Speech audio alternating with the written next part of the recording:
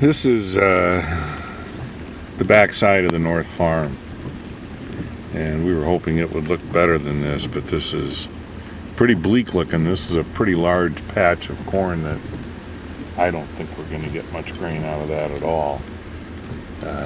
We have better looking stuff closer to the creek and on the other side of it, but the corn along the south side,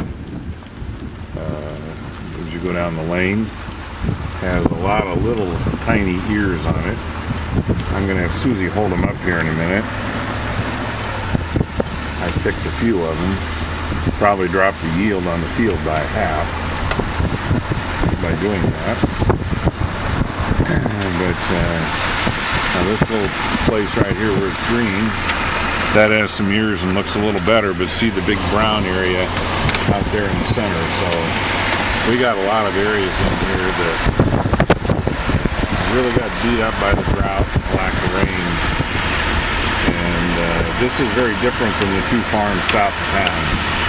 South of town we saw quite a few years of very reasonable size, full of grain. But the North Farm has some hilly and sandy areas, and those just aren't going to do well. Here we're into some better stuff. So, these are 2 ears of corn that I picked on going down the lane. Then there's another one that I picked, the small one I picked going down the lane. The one in Susie's right hand is an ear that I picked after we went around the corner along the creek, and that's a reasonable ear. So we're going to have a combination of all kinds of interesting ears of corn.